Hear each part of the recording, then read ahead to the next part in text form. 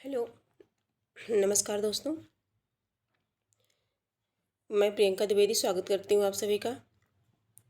अ, मित्रों, हम सभी पढ़ रहे थे अलंकार।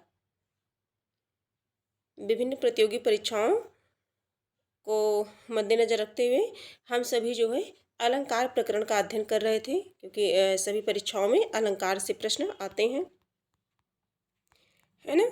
चाहे वो बिहार शिक्षक भर्ती हो, चाहे वो यूपी टीजीटी पीजीटी हो या यूपीपी हो, है ना। तो केवीएस एनबीएड डीटी प्लस भी समस्त जो भी परीक्षाएं हैं जिनमें भी हिंदी पूछी जाती है, हिंदी व्याकरण, सामान्य हिंदी जिनमें भी आती है उन सभी में ये अलंकार पूछा जाता है। तो इस क्रम में अलंकार को हम लोग देखते हैं, और ये अलंकार की जो जिस बुक के अकॉर्डिंग, कहने का मतलब जिस बुक से हम लोग अलंकार का अध्ययन कर रहे हैं वह मोस्ट इम्पॉर्टेंट पुस्तक है वासुदेव नंदन जी की, व्याकरण की है वासुदेव नंदन, ठीक है। और इनकी पुस्तक का क्या नाम है? आधुनिक हिंदी व्याकरण और रचना। इसी बुक से हम सभी अलंकार प्रकरण को पढ़ रहे हैं। आगे देखते हैं। कल हम सभी लोगों ने पढ़ा था कि काव्य की शोभा बढ़ाने वाले तत्वों को अलंकार कहते हैं। अलंकार के 3 भेद होते हैं: शब्दालंकार, अर्थालंकार और उभयालंकार। जहाँ शब्द के माध्यम से जहाँ काव्य में शब्दों के माध्यम से जो है चमत्कार उत्पन्न हो वहाँ पर शब्दालंकार, और जहाँ पर अर्थ के माध्यम से हो काव्य में चमत्कार वहाँ पर अर्थालंकार, और जहाँ शब्द और अर्थ दोनों के माध्यम से चमत्कार उत्पन्न हो वहाँ पर उभयालंकार होता है, ठीक है। तो इस क्रम में शब्दालंकार के पार्ट को हम लोगों ने देखा था। शब्दालंकार में अनुप्रास, है ना, अनुप्रास अनुप्रास को पढ़ा था, अनुप्रास को पढ़ लिया था। अनुप्रास के 3 पार्ट हैं, उनको भी पढ़ लिया था, है ना। 3 पार्ट कौन कौन से हैं अनुप्रास के? तो छेकानुप्रास, वृत्त्यानुप्रास और लाटानुप्रास, है ना। लाटानुप्रास से उदाहरण आते हैं एग्जाम में। तो इतना पढ़ा था। इसके बाद यमक अलंकार को पढ़ा था, है ना। कनक कनकते सौगुनी, है ना। 3 बेर खाती थी, 3 बेर खाती है काली घटा का घमंड घटा, है ना। ये सब उदाहरण पूछे जाते हैं प्रतियोगी परीक्षा में। तो ये यमक अलंकार पढ़ लिया था, जो कि यमक अलंकार की परिभाषा इस पुस्तक में नहीं है, फिर भी जो परीक्षा उपयोगी है उन्हें हम लोग रिवीजन करते हुए साथ साथ ऐसे चलते हैं। तो यमक हो गया था। श्लेष को भी हम लोगों ने पढ़ लिया था, है ना। अब जो है हम सभी पढ़ेंगे श्लेष के बाद जो है क्या पढ़ा था? वक्रोक्ति, टेढ़ा कथन, टेढ़ी युक्ति, है ना। कहा जाए कुछ और, समझा जाए कुछ और, ठीक है। आई गौरवशालिनी मालिनी आज सुधा स्मृति क्यों बरसाती नहीं, है ना। इस तरह से भंग पद श्लेष वक्रोक्ति का उदाहरण है। ये सारी चीज़ें हम लोगों ने पढ़ ली थी। इसके बाद है और ये काक वक्रोक्ति, है ना। ये सब भी पढ़ लिया था हम लोगों ने। वक्रोक्ति और श्लेष में क्या अंतर है ये भी हम लोगों ने जाना था। अब हम सभी पढ़ेंगे आज की क्लास में मित्रों, हम सभी पढ़ेंगे अर्थालंकार। क्या पढ़ेंगे? अर्थालंकार के भेद। जहाँ काव्य में अर्थ के माध्यम से चमत्कार उत्पन्न हो वहाँ पर अर्थालंकार होता है।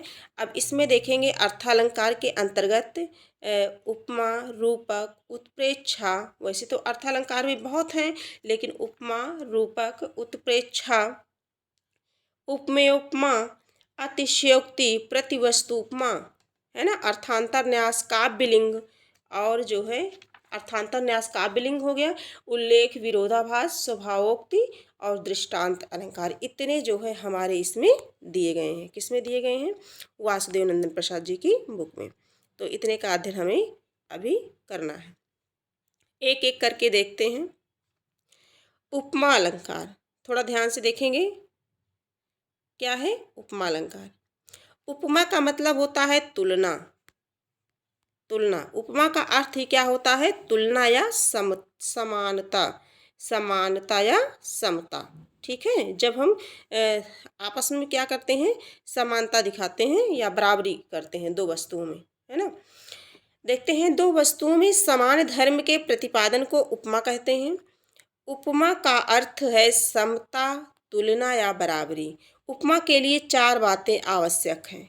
उपमा के लिए कितनी बातें आवश्यक हैं? चार। पहला है उपमेय, जिसकी उपमा दी जाए, अर्थात जिसका वर्णन हो रहा हो। ठीक। दूसरा है उपमान, जिससे उपमा दी जाए। तीसरा है समानतावाचक पद, जैसे जो बीच में आते हैं, ज्यों, सम, सा, सी, से, सरिस, तुल्य इत्यादि। ये सब क्या है? समतावाचक पद है। ठीक है। समान धर्म, लास्ट वाला है समान धर्म, उपमेय और उपमान के समान धर्म को व्यक्त करने वाला शब्द। ठीक। कितनी बातें याद रखनी है? चार बातें याद रखनी है। या फिर इस तरह से हम कहते हैं कि उपमा के कितने अंग हैं? चार अंग हैं। कितने अंग हैं? चार अंग हैं। किसके? उपमा के। वे चारों अंग कौन कौन से हैं? वे चारों अंग कौन कौन से हैं? पहला है उपमेय, ठीक है, ध्यान से समझेंगे। दूसरा है उपमान। तीसरा है समान धर्म। तीसरा क्या है? समान धर्म हो गया। चौथा है आपका वाचक शब्द। वाचक शब्द। ठीक। तो इस प्रकार से उपमा के कितने अंग हुए? चार अंग हुए। उपमेय, उपमान, समान धर्म, वाचक शब्द। समान धर्म और वाचक शब्द। एक चीज और यहाँ ध्यान देंगे, जो उपमा और उपमेय, उपमेय क्या है, उपमेय क्या है, ये समझेंगे। और दूसरा उपमान, उपमान क्या है। उपमा अलंकार को समझने से पहले उपमेय और उपमान को समझेंगे। उपमान जो है, जितनी भी प्राकृतिक वस्तुएं हैं वे सभी किसके अंतर्गत आती हैं? उपमान के अंतर्गत आती हैं। प्रकृति की वस्तुएं किसके अंतर्गत आती हैं? उपमान के, इसके अंतर्गत आती हैं। ठीक है। प्रकृति की वस्तुएं,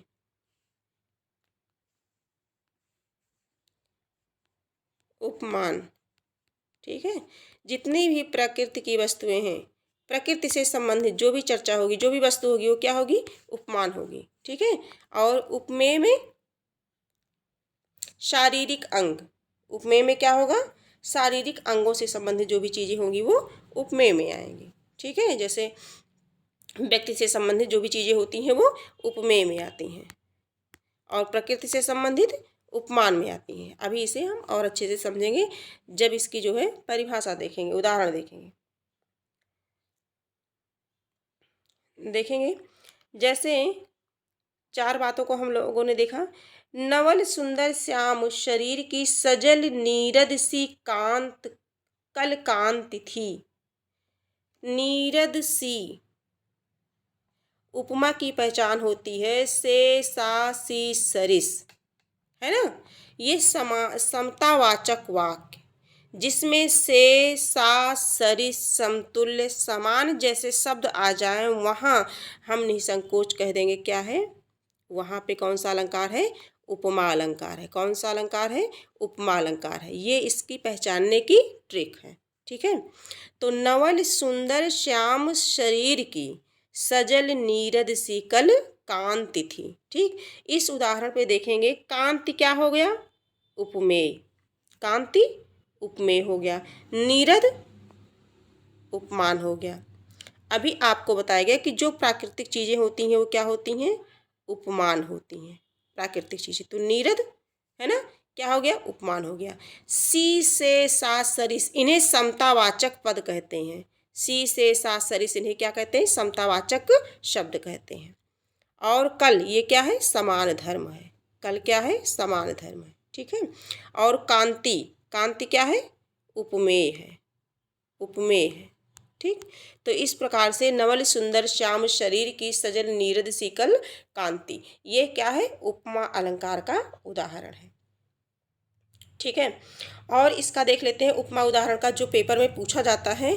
जैसे एक फेमस उदाहरण है, पीपर पात सरिस मन डोला। पीपर पात, है ना, सरिस, सरिस मन डोला।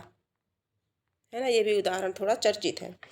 तो पीपल के पत्ते के समान मन क्या कर रहा है, डोल रहा है। पीपल के पत्ते के समान मन डोल रहा है। तो मनुष्य से संबंधित, व्यक्ति से संबंधित जो भी चीजें हैं उसको हमने अभी क्या बताया, वो उपमेय है। क्या है, उपमेय है। तो इसमें मन जो है क्या हो गया, मन, मन उपमेय हो गया। से सा सरिस ये सब क्या हो गया, वाचक शब्द हो गया। से सा सरिस क्या हो गया, वाचक या समान शब्द हो गया। डोला क्या हो गया, समान धर्म हो गया। डोला समान धर्म में आएगा। और पीपल पात ये क्या है, पीपल का पत्ता, ये प्राकृतिक चीज है ना, प्राकृतिक चीजें हैं। ये क्या हो गई, उपमान हो गई। जितनी भी प्राकृतिक चीजें हैं उन्हें सबसे पहले हम क्या समझेंगे, उपमान समझेंगे। और व्यक्ति के शारीरिक अंगों से संबंधित जो भी चीजें हैं, जो व्यक्ति से संबंधित हैं, वो क्या है, उपमेय हैं। इस प्रकार उपमान और उपमेय को हम बिल्कुल अच्छे से समझेंगे, इसमें परेशान नहीं होंगे। से सा सरिस जिसमें आ जाए वो क्या है, वो उपमा अलंकार का उदाहरण है। ठीक है, वह दीप शिखा सी शांत भाव में लीन। मैं थोड़ा पढ़ दे रही हूँ, इसमें नहीं है इसलिए पढ़ रही हूँ क्योंकि अन्य विद्यार्थी भी, ये तो टीजीटी पीजीटी लेवल का है ना, लेकिन अन्य विद्यार्थी जो यूपीपी के हैं और यूपी टेट वगैरह के हैं, है ना, तो एस्टेट के हैं, तो वो विद्यार्थी भी अच्छी भली भांति इसे समझ पाएँ। दो चार उदाहरण हैं जो फेमस हैं उन्हें मैं देना चाहूँगी। जैसे एक हो गया पीपर पास सरिस मंडोला, है ना, इसमें क्या है, से सा सी सरिस, सरिस शब्द आ गया, हम तुरंत समझ गए क्या हो गया, इसमें उपमा अलंकार है। ठीक है, और नीरद सी इसमें भी क्या है, उपमा अलंकार है। वह दीप शिखा सी शांत भाव में लीन, दीप शिखा सी शांत भाव में लीन, इसमें भी क्या आ गया, सी आ गया, तो क्या हो गया, उपमा अलंकार हो गया। ठीक है, वह टूटे तरु की छुटी लता सी दीन, तो ये पहचानने के लिए ये उदाहरण दिए जा रहे हैं, तो इसमें भी क्या हो गया, उपमा अलंकार हो गया। हरिपद कोमल कमल से, हरिपद कोमल कमल से, है ना, उपमा अलंकार। नील कमल से सुंदर नयन, ठीक, तो इस प्रकार से हाय फूल सी कोमल बच्ची, इन सब में क्या हो गया, उपमा अलंकार हो गया। आगे देखते हैं, रूपक अलंकार देखेंगे। क्या देखेंगे, रूपक। उपमेय या उपमान का आरोप या उपमान और उपमेय का अभेद ही क्या कहलाता है, रूपक कहलाता है। उपमेय या उपमान का आरोप, उपमान और उपमेय का अभेद, उपमेय और उपमान के बारे में अभी हमने बताया आपको, तो इसमें जो है डरने की आवश्यकता नहीं है, कन्फ्यूजन नहीं उत्पन्न होगा। इसके लिए 3 बातों का होना आवश्यक है। अभी उपमेय में, उपमेय के कितने अंग थे, उपमान के 4 अंग थे, अभी हम लोगों ने पढ़ा। उपमेय, उपमान, साधारण धर्म और वाचक शब्द। ठीक है, अब इससे रूपक के पढ़ना है तो इसकी 3 बातों को ध्यान रखना है। उपमेय को उपमान का रूप देना, वाचक पद का लोप, इसमें वाचक पद नहीं होता, उसका क्या होता है, लोप होगा। वाचक पद क्या था, सी से सा सरिस, ये इसमें रूपक में नहीं होगा, इसमें डायरेक्ट क्या किया जाता है, मान लिया जाता है। उपमेय का भी साथ साथ वर्णन होता है। बीती विभावरी जागरी, अंबर पनघट में डुबो रही तारा घट उषा नागरी। अंबर पनघट डायरेक्ट है ना, वाचक शब्द इसमें नहीं है। तारा घट उषा नागरी, इसमें कौन सा अलंकार है, रूपक अलंकार है। ठीक है, आगे देखते हैं। यहाँ अंबर, तारा और उषा जो उपमेय है, क्या है, उपमेय है। देखिए अंबर आकाश, तारा आकाश में रहता है, उषा, ये सभी चीज़ें क्या हैं, प्राकृतिक हैं, सभी क्या हैं, प्राकृतिक हैं। और अभी हमने बताया कि जो प्राकृतिक चीज़ें होती हैं, प्रसिद्ध फेमस चीज़ें होती हैं, वो क्या होती हैं, उपमेय होती हैं। पर क्रमशः पनघट, घट और नागरी उपमान है का आरोप हुआ है। ठीक है, वाचक पद नहीं आए हैं, शेषा से सरिस नहीं आया है, और उपमेय प्रस्तुत तथा उपमान अप्रस्तुत दोनों का साथ साथ वर्णन हुआ है, इसलिए वहाँ पर कौन सा अलंकार है, रूपक अलंकार है। कौन सा अलंकार है, रूपक अलंकार है। आगे देखेंगे, उत्प्रेक्षा अलंकार पढ़ेंगे। कौन सा अलंकार पढ़ेंगे, उत्प्रेक्षा अलंकार देखेंगे। उपमेय प्रस्तुत में कल्पित उपमान अप्रस्तुत की संभावना को उत्प्रेक्षा कहते हैं। उत्प्रेक्षा का अर्थ है किसी वस्तु को संभावित रूप में देखना, किसी वस्तु को संभावित रूप में देखना। संभावना संदेह में कुछ ऊपर और निश्चय से कुछ नीचे होती है। इसमें ना तो पूरा संदेह होता है और ना पूरा निश्चय। तात्पर्य यह है कि उपमेय में उपमान को प्रबल रूप में कल्पना की आंखों से देखने की प्रक्रिया को उत्प्रेक्षा कहते हैं। उसमें कवि की कल्पना साधारण कोटि की ना हो करके विलक्षण होती है। अर्थ में चमत्कार लाने के लिए ऐसा किया जाता है। इसमें वाचक पद का प्रयोग होता है। आगे देखेंगे उदाहरण, फूले का सकल मई छाई, जनु वर्षा ऋतु प्रकट बुढ़ाई। अब ये देखेंगे, इसमें भी है, इसकी भी एक पहचान है। जैसे जनु जानो मनु मानो, जिसमें जिस सेंटेंस में रहे, जिस वाक्य में रहे जनु जानो मनु मानो, वहाँ हम तुरंत जान जाएंगे कि ये क्या है। ये जो है उत्प्रेक्षा अलंकार का उदाहरण है। ठीक है, से सा से सरिस रहेगा जहाँ, वहाँ क्या है, उपमा अलंकार है। रूपक में वाचक शब्दों का लोप रहता है, उसमें ये नहीं रहता है। ठीक है, और उत्प्रेक्षा में क्या होता है, जनु जानो मनु मानो इत्यादि शब्दों का प्रयोग रहता है।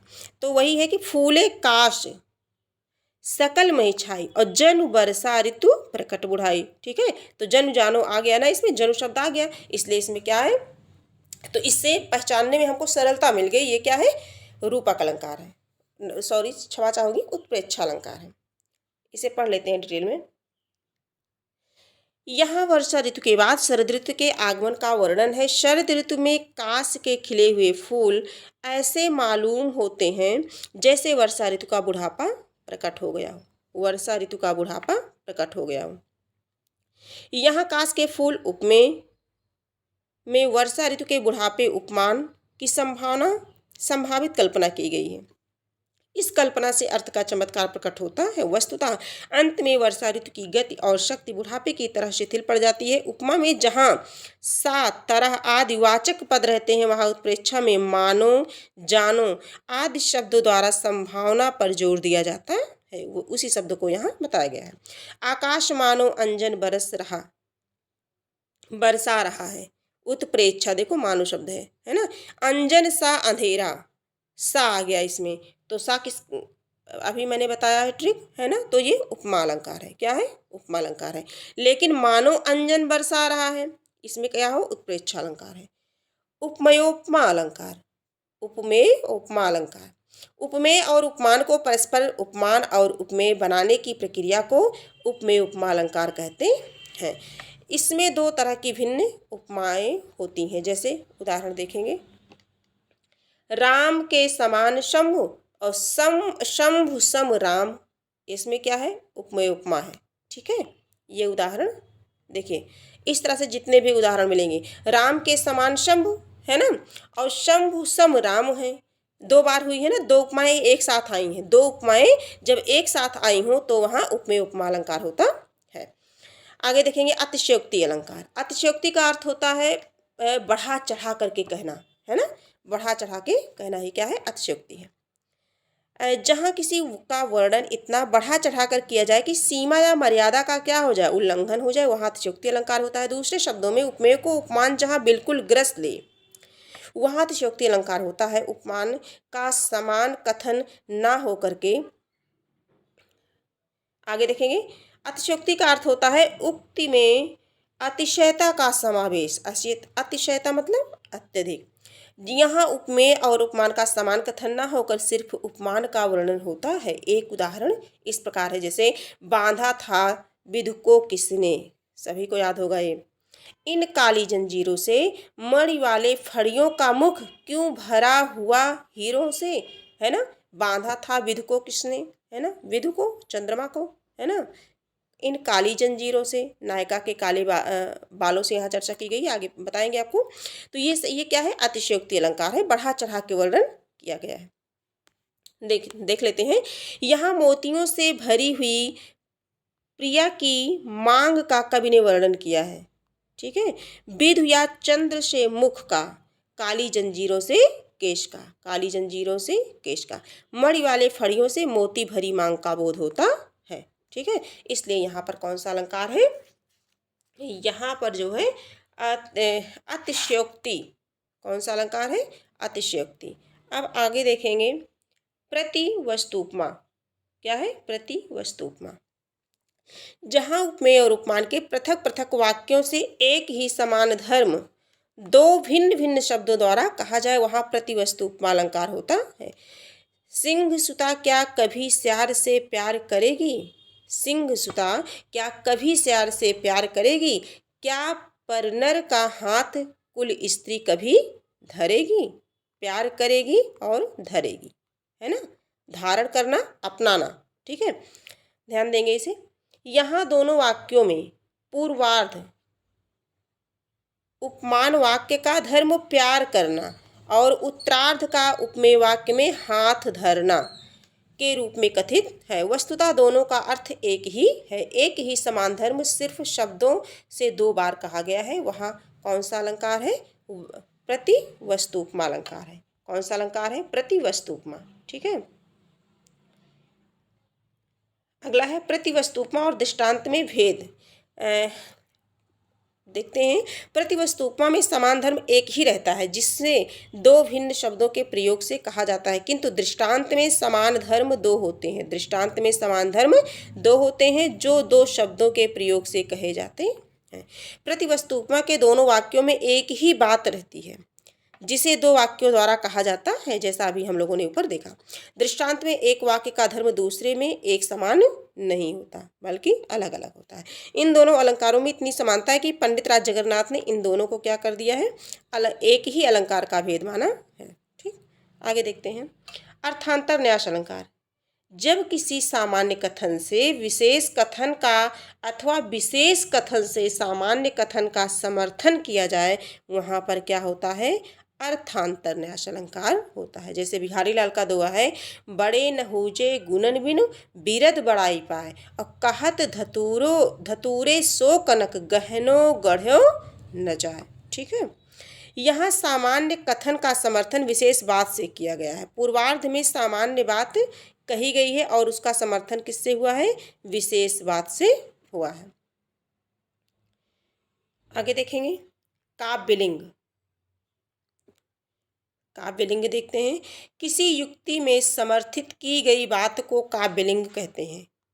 किसी उक्ति मतलब कथन से समर्थित की गई बात को, किसी उक्ति के माध्यम से समर्थित की गई बात को काव्यलिंग कहते हैं। यहाँ किसी बात के समर्थन में कोई ना कोई युक्ति या कारण अवश्य दिया जाता है।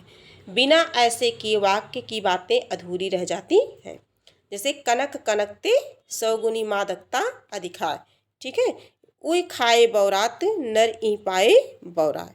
ठीक, अधिकतर हम लोग बचपन से पढ़ते आए हैं कि कनक कनकते सौगुनी, इसमें क्या है? यमक अलंकार है ना। और इन दोनों पंक्तियों में क्या है?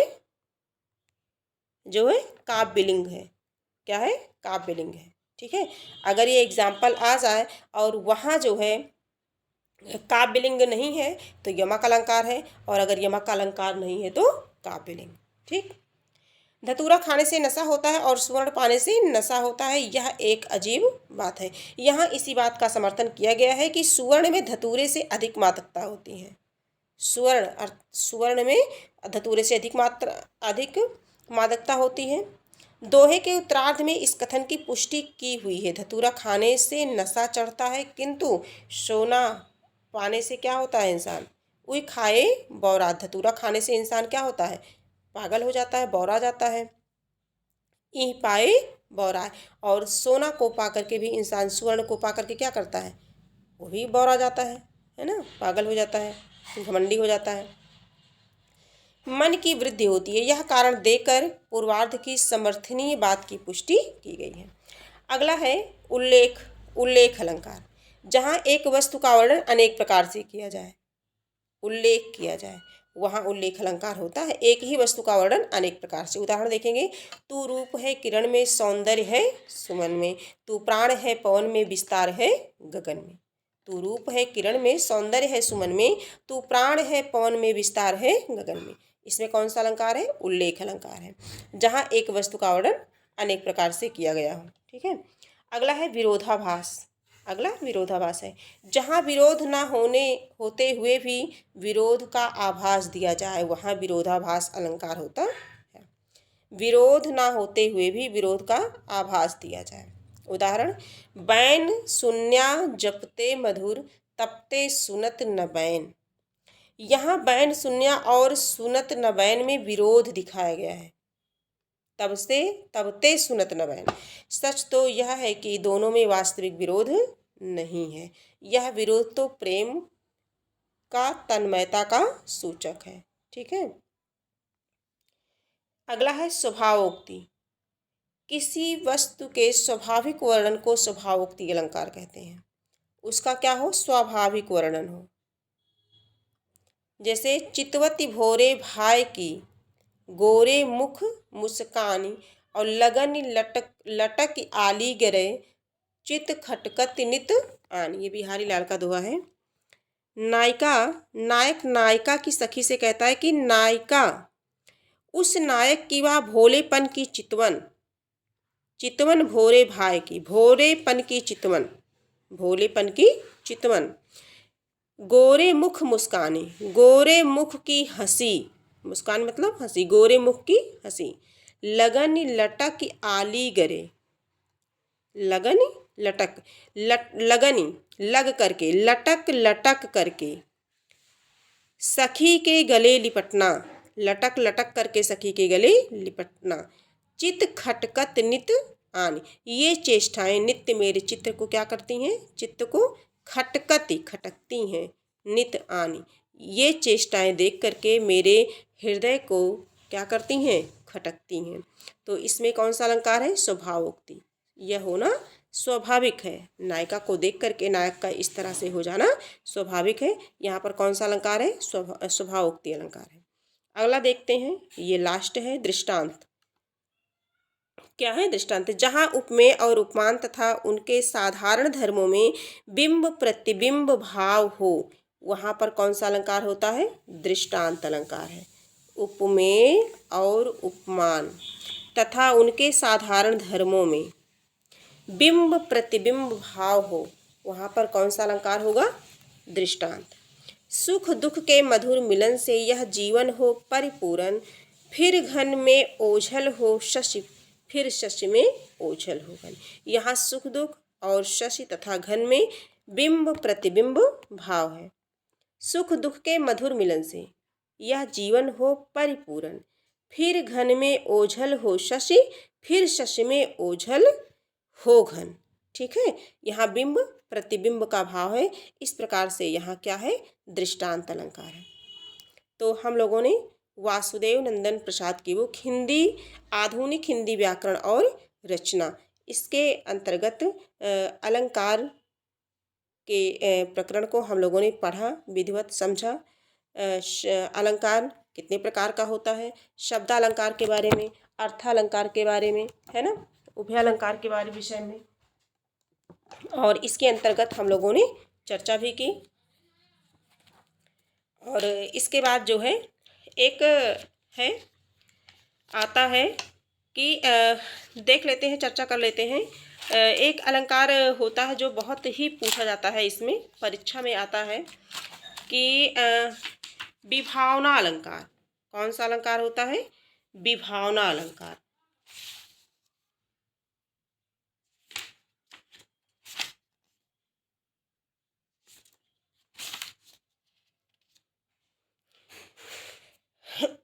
विभावना अलंकार और एक अलंकार और आता है, जैसे मानवीकरण अलंकार, है ना, मानवीकरण अलंकार भी पूछा जाता है। तो एक दो अलंकारों की चर्चा कर लेते हैं यहाँ। जहाँ कविता में अमानव मतलब प्रकृति, पशु पक्षी व निर्जीव पदार्थ में मानवीय गुणों तथा क्रियाओं का आरोपण किया जाए, वहाँ पर मानवीकरण अलंकार होता है। जैसे